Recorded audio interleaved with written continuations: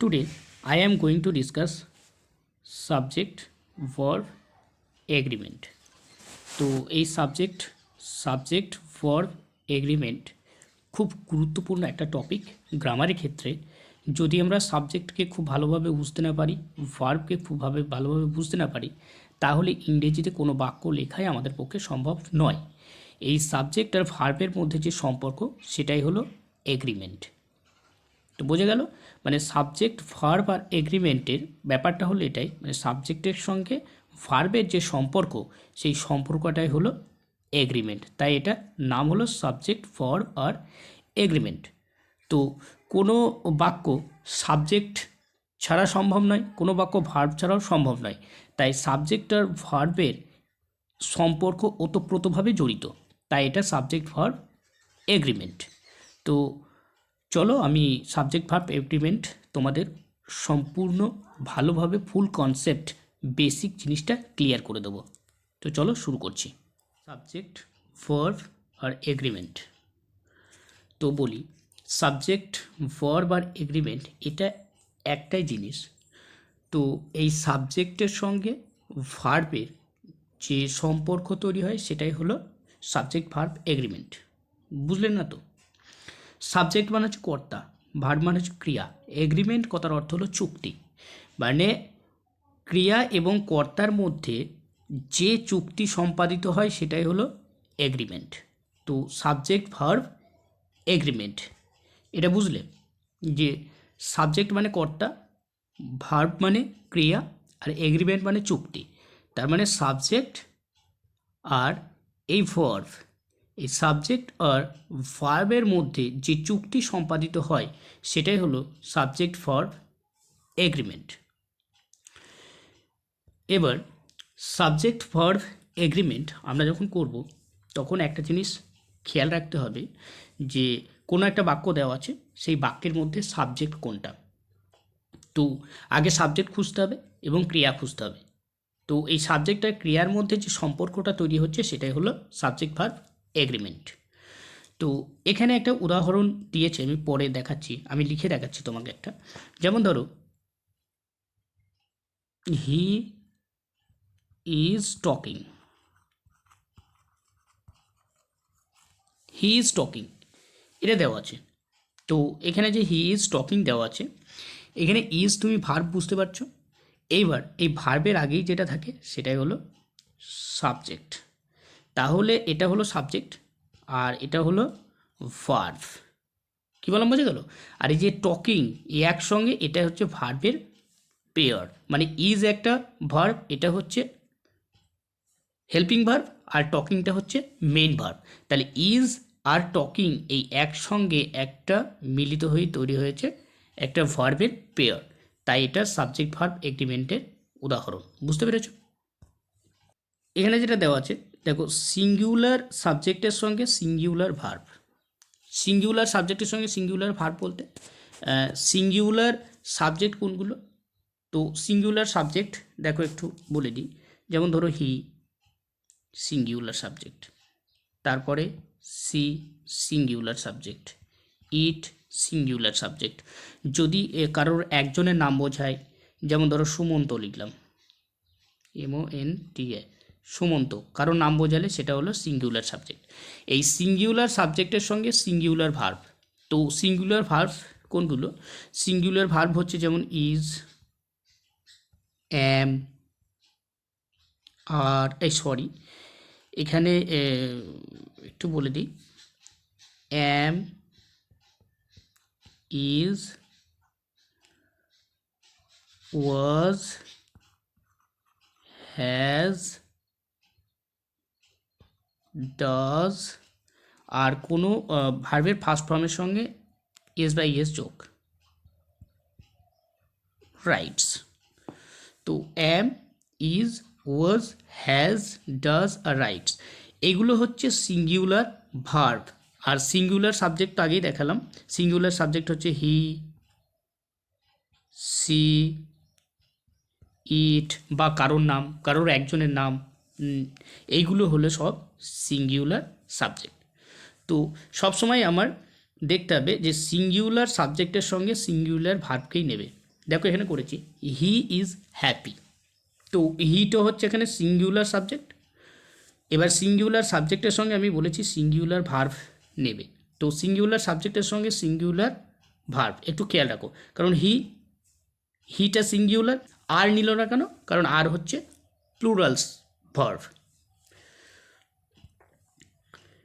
তারপরে দেখো plural subject আর plural verb, মানে প্লুরাল সাবজেক্ট হলে তার প্লুরাল ভার্ব। প্লুরাল সাবজেক্ট কোনগুলো? দে, দে আছে, দেখো প্লুরাল সাবজেক্ট হচ্ছে দে, উই, ইউ, এইগুলো হচ্ছে প্লুরাল সাবজেক্ট। আবার প্লুরাল সাবজেক্ট আমরা আইকেও প্লুরাল সাবজেক্ট হিসাবে ধরি। আইকে আমরা অনেক সময় সিঙ্গুলার সাবজেক্ট হিসাবে ধরি, আবার প্লুরাল সাবজেক্ট হিসাবে ধরি, তবে একে প্লুরাল সাবজেক্টের হিসাবে ধরাটাই বেটার। তো এবার প্লুরাল ভার্ব কোনগুলো? প্লুরাল ভার্ব হচ্ছে যেমন আর, ওয়ার, হ্যাভ, ডু, আর যে কোনো ভার্বের ফার্স্ট ফর্ম, যে কোনো ভার্বের ফার্স্ট ফর্ম, যেমন রাইট, যে কোনো ভার্বের ফার্স্ট ফর্মই হলো প্লুরাল ফর্ম। তো এখানে দেখো করা আছে দে আর হ্যাপি, তো এখানে দেখো আরটা হচ্ছে ভার্ব, তাহলে দেটা সাবজেক্ট। তো দেটা যদি সাবজেক্ট হয়, এটা যেহেতু প্লুরাল সাবজেক্ট, তাই এখানে প্লুরাল ভার্ব ইউজ করা হয়েছে।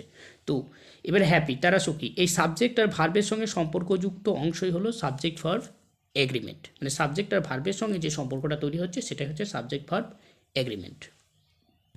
Plural subject, singular verb, plural subject কিন্তু সিঙ্গুলার ভার্ব। এটা কীভাবে? আমি এর আগেই তো বললাম যে সিঙ্গুলার সাবজেক্টের সঙ্গে সিঙ্গুলার ভার্ব হবে, আর বলেছিলাম প্লুরাল সাবজেক্টের সঙ্গে প্লুরাল ভার্ব হবে, এটা আমি বলেছিলাম। তো এখানে আবার এসে আমি ঠিক অন্য কথা বলছি, প্লুরাল সাবজেক্টের সঙ্গে সিঙ্গুলার ভার্ব। তবে এটা বলার আগে একটা কথা বলে দিই, তোমরা নাউন সম্পর্কে প্রত্যেকেই কম বেশি জানো, NOUN নাউন। এই নাউনের দুটি ভাগ, একটা হচ্ছে কাউন্টেবল নাউন, যেমন শর্টকাটে লিখলাম, আর একটা হচ্ছে uncountable noun. Uncountable noun, countable noun কথার অর্থ হলো গোনা যায়, আর আনকাউন্টেবল নাউন কথার অর্থ হলো গোনা যায় না। কিন্তু এই কাউন্টেবল নাউনও প্লুরাল ফর্ম ধরা যাবে, প্লুরাল ফর্ম করা যায়, আবার আনকাউন্টেবল নাউনও প্লুরাল ফর্ম। তবে একটা জিনিস খেয়াল রাখবে, এই আনকাউন্টেবল নাউন সবসময়ই প্লুরাল ফর্ম। যেমন ধর আমি বলি হেয়ার, যদি বলি হেয়ার, হেয়ার মানে হচ্ছে চুল, এই যে চুল, চুল কি? এটা আনকাউন্টেবল নাউন, কারণ গোনা সম্ভব নয়, তাই না? স্যান্ড, সোয়েল, এগুলো আনকাউন্টেবল নাউন। তাই আনকাউন্টেবল নাউনের ক্ষেত্রে সবসময় আমরা সিঙ্গুলার ভার্ব ব্যবহার করব। তো দেখো গ্রাস, গ্রাস মানে হচ্ছে ঘাস। তোমার একটা জমি রয়েছে, জমির মধ্যে ঘাস বোনা হয়েছে, এবার ঘাসটা ধরো পরপর বেরিয়েছে, তুমি কি গুনতে পারবে? অবশ্যই না, সেটা গোনা সম্ভব নয়, তাই এটা আনকাউন্টেবল নাউন, কিন্তু এটা প্লুরাল ফর্ম। অনেক ঘাস রয়েছে তো প্লুরাল ফর্ম, কিন্তু প্লুরাল ফর্ম হওয়ার সত্ত্বেও এখানে সিঙ্গুলার ভার্ব নিয়েছে, তাই প্লুরাল সাবজেক্টের সঙ্গে সিঙ্গুলার ভার্ব নেয় কখন? যদি সাবজেক্টটা আনকাউন্টেবল নাউন হয়। তাই এখানে দেখো the grass is getting long, the grass is getting long. Singular subject, সেখানে যদি অ্যান্ড থাকে, আরও একটা সিঙ্গুলার সাবজেক্ট থাকে, তাহলে সে জায়গায় প্লুরাল ভার্ব নেয়। সিঙ্গুলার সাবজেক্ট দিয়ে অ্যান্ড দিয়ে যুক্ত আছে, অ্যান্ড আছে, তারপরে সিঙ্গুলার সাবজেক্ট আছে, সেই ক্ষেত্রে প্লুরাল ভার্ব নেয়। মানে হচ্ছে তোমার সিঙ্গুলার, একটা সিঙ্গুলার সাবজেক্ট আছে, সাবজেক্টের পরে অ্যান্ড দিয়ে যুক্ত করেছে, দিয়ে তারপরে আরও একটা সিঙ্গুলার সাবজেক্ট আছে, এবার এরপর যেটা ভার্বটা বসাবো আমরা, সেই ভার্বটা আমরা প্লুরাল ভার্ব বসাবো, প্লুরাল ভার্ব। তো দেখো আমি যে উদাহরণটা দিয়েছি, রীতা এই একটা সিঙ্গুলার সাবজেক্ট, আবার সোমা এই একটা সিঙ্গুলার সাবজেক্ট, কিন্তু অ্যান্ড দ্বারা যুক্ত হয়েছে। এই সিঙ্গুলার মানে এটা একজন, এটা আর একজন, তাহলে কজন হলো? দুজন।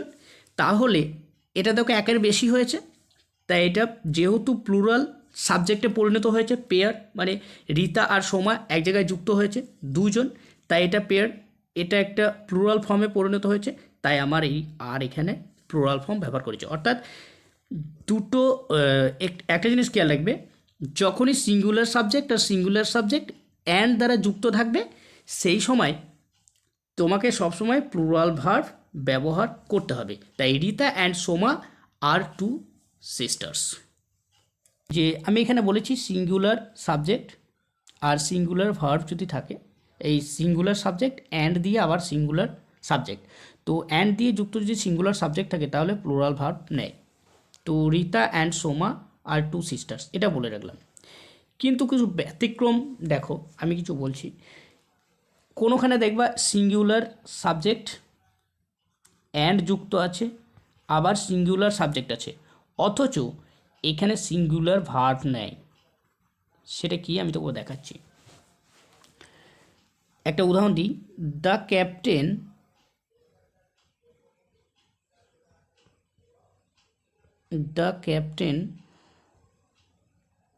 And manager,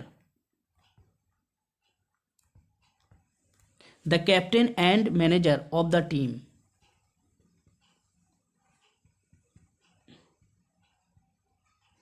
is coming.